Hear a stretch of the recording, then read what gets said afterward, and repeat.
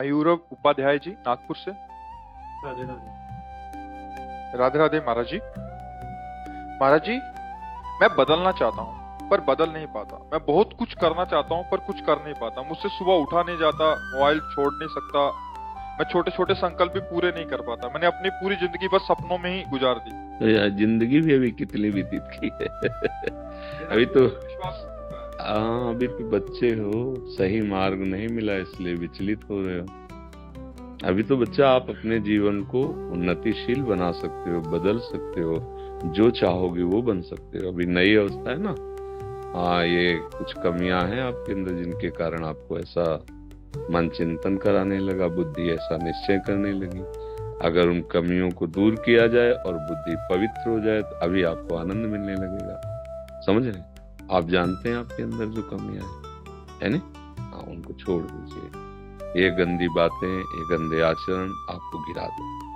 देखो, गिरी तो गए, आप कैसे निराश बोल रहे हो? अभी क्या हो, बच्चा हो। अभी ये अवस्था तो जिस दर जाना चाहो उधर के लिए आत्मबल पुष्ट होना चाहिए।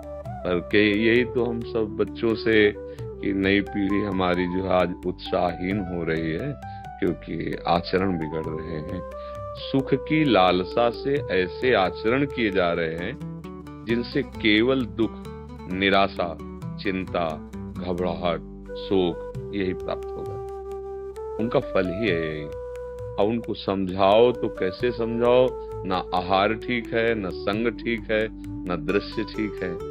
हमारे देखने का नजरिया गलत हो चुका है। देखो, आप ही कह रहे हो हमसे, मैं मोबाइल नहीं छोड़ सकता। जैसे भगवान, मैं आपकी शरण में हूँ, मैं आपका शिष्य हूँ, पर मैं युद्ध नहीं करूंगा। अर्जुन जी कहते हैं, यहीं से तो हंस के भगवान उपदेश करते हैं। जैसे आपने फाइनल कर दिया, मैं मोबाइल नहीं छोड़ूंगा। हम कह रहे मत छोड़ो मोबाइल, लेकिन मोबाइल में गंदी बात देखना तो छोड़ सकते हो ना।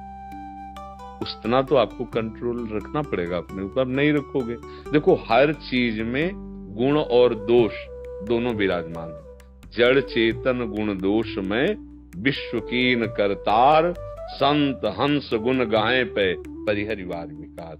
जैसे दूध पानी रख दो तो हंस दूध पी लेगा, पानी छोड़ देगा। ऐसी गुण दोषमयी सृष्टि रची गई है। हमें गुण स्वीकार, मोबाइल में गुण है। आप एक दूर देश में बैठे एकांतिक महात्मा के वचन सुन सकते हो, किसी भी महात्मा के वचन सुन सकते हो, किसी भी शास्त्र का स्वाध्याय कर सकते हो उसी में। आजकल सब नई व्यवस्थाएं हो गई।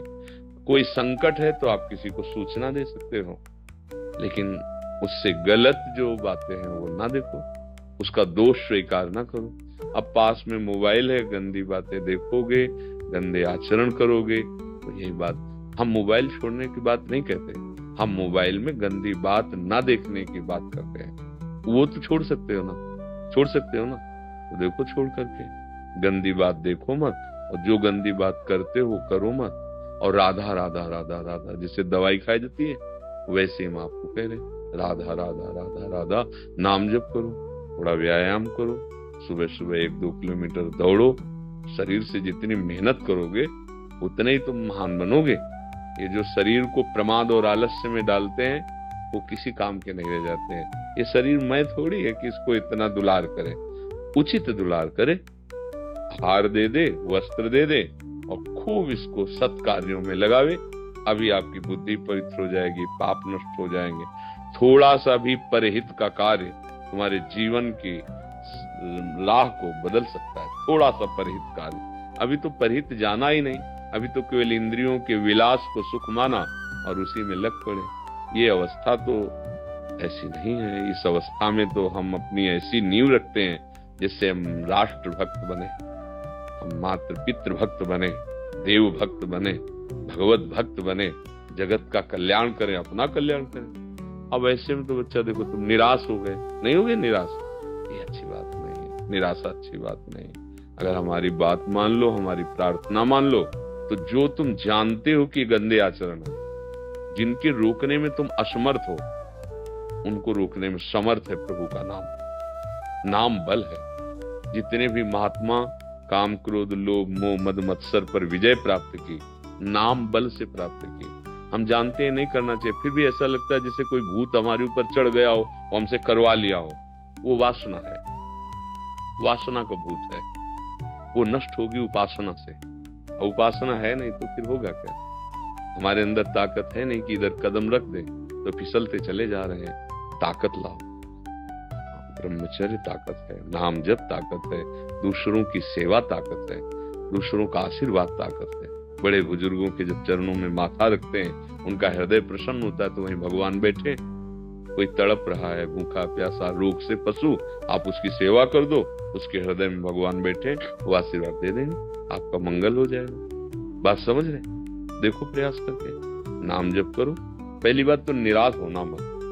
हम तुम्हें कह रहे हैं, हमारा मानव जीवन निराश होने के नहीं मिला।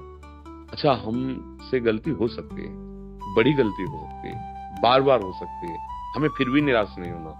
हमको एक दिन उन गलतियों को रौंदना है। पक्की बात समझो।